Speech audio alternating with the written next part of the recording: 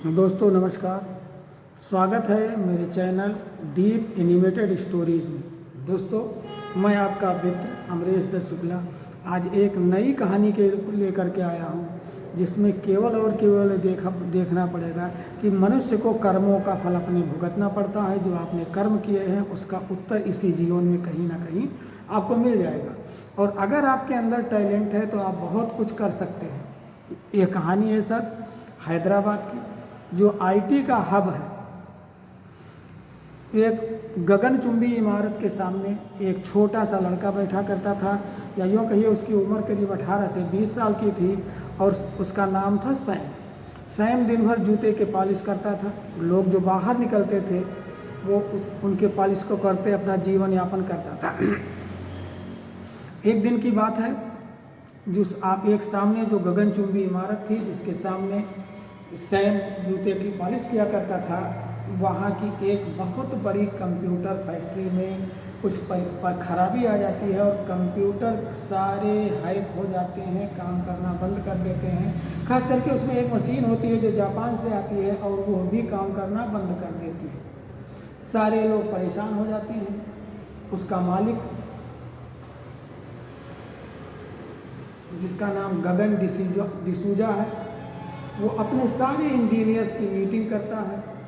उनसे पूछता है कि इसमें क्या खराबी है। सभी इंजीनियर 3 दिन 4 दिन से लगातार उसके पीछे लगे रहते हैं, लेकिन कोई उसका रिजल्ट नहीं निकाल पाता है। सैम जो है वो जूते पॉलिश करने के बाद से जब भी कुछ उसको समय मिलता था तो वो मशीनों की बात करता था। मशीनों से, यूँ कहिए कि मशीनों से मन ही मन बात किया करता था। किसी मशीन में क्या कमी है वो उसकी आवाज़ सुन करके जान लेता था, या कि हाँ किस कंप्यूटर में क्या कमी है वो देख करके भी पता देता था। एक दिन जब डिसूजा जी बहुत परेशान थे, पूरे ऑफिस को अपने चैम्बर में बुला करके घेर में लिए हुए थे, सबके साथ ऊंची आवाज़ में बात कर रहे थे। ये आवाज़ बिल्डिंग से निकल करके सैम के कानों में पड़ी। सैम यूँ तो अपना स्थान छोड़ के नहीं घुसता था, लेकिन आवाज़ सुन करके, क्योंकि डिसूजा जी कभी तेज़ आवाज़ में नहीं बोलते थे, उसने सोचा ज़रूर कोई बात है और वो अंदर घुस गया। यूँ तो पहले तो गार्ड ने उसको बाहर कर दिया, लेकिन उसने कहा नहीं, आज मुझे जाना है, अन्यथा यह कंपनी पूरी ख़राब हो जाएगी और डिसूजा जी को बड़ा नुकसान हो जाएगा। ये चीज़ें चिल्लाते हुए डिसूजा जी ने खिड़की से उसकी बात सुन ली और गार्ड को उसी तेजी में तैस में कहा इसको ऊपर आने दो। वो बच्चा जब ऊपर जाता है तो पूछते हैं बता तेरे पास क्या है, तो एक जूता पॉलिश करने वाला है। उसने कहा सर मेरे अंदर तो वो चीज़ है जिसको आपने नहीं देखा है, न ये जूता पॉलिश कराने वाले देख पा रहे हैं। हम अगर जूते की पॉलिश करके उसको चमका सकते हैं तो आपके मशीन की भी मरम्मत करके ठीक कर देते हैं। सारे इंजीनियर उसको व्यंग से देख करके हंसने लगे, लेकिन डिसूजा जी के बात कुछ समझ में आ गई और उन्होंने कहा चल तू अपना काम शुरू कर। उसने कहा सर मुझे कुछ नहीं चाहिए, एक छोटा सा पेचकस चाहिए। उसने उस बड़ी सी मशीन जिसकी वजह से पूरी कंपनी में खराबी आई थी उस पर जा करके यूँ हाथ फेरा। हाथ फेरने की परिणति ये थी कि उसके समझ में कुछ चीज़ें आई। उसने पेच लगाया, पेचकस से खोला, उसको खोलने के बाद उसको जो भी कमी दिखाई दी उसने धीरे धीरे करके सारी चीज़ों को ठीक किया। ठीक करने के दौरान, बस बेटा 2 मिनट हम थोड़ा लोड कर रहे हैं।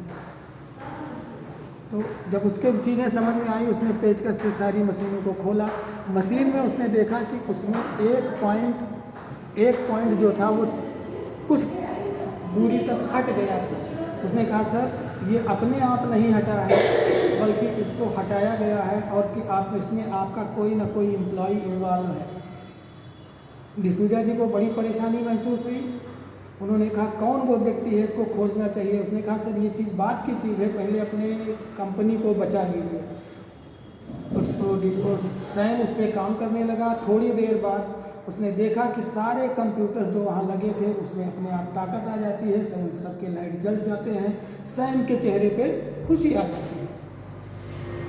सैम ने कहा सर ये आपका ये काम चालू हो गया है। इसी दौरान सैम के पास, डिसूजा के पास एक व्हाट्सएप आता है जिसमें उनका एक फैक्ट्री का काम करने वाला आदमी ही उसके कंप्यूटर को ख़राब कर रहा था। उस समय डिसूजा जी कुछ नहीं बोले, बाहर निकले। बाहर निकल करके उन्होंने पूछा कि तुम्हारा नाम क्या है? उसने कहा मेरा नाम सैम है। अब सारी बात करने पे अपने माँ का नाम उसने बताया। माँ का नाम आते ही सैम और डिसूजा जी किसी पुरानी यादों में खो गए। जब उन्होंने अपनी प्रेमिका को त्याग दिया था, लेकिन वो उस समय तक प्रेग्नेंट थी।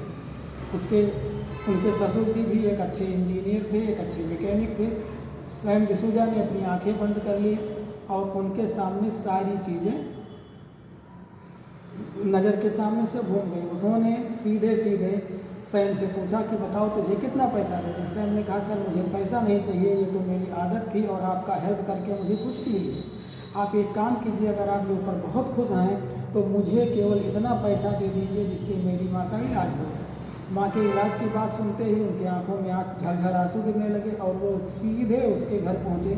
गलियाँ बहुत तंग थी। गली गाँव मोहल्ले में एक चमचमाती कार देख करके सभी लोग परेशान हो गए। वो जा करके मिले और देखा तो उसकी आंखें फटी की फटी रह गईं, क्योंकि ये तो उनकी वही पुरानी प्रेमिका थी जिसे उन्होंने त्याग दिया था बाप के कहने से।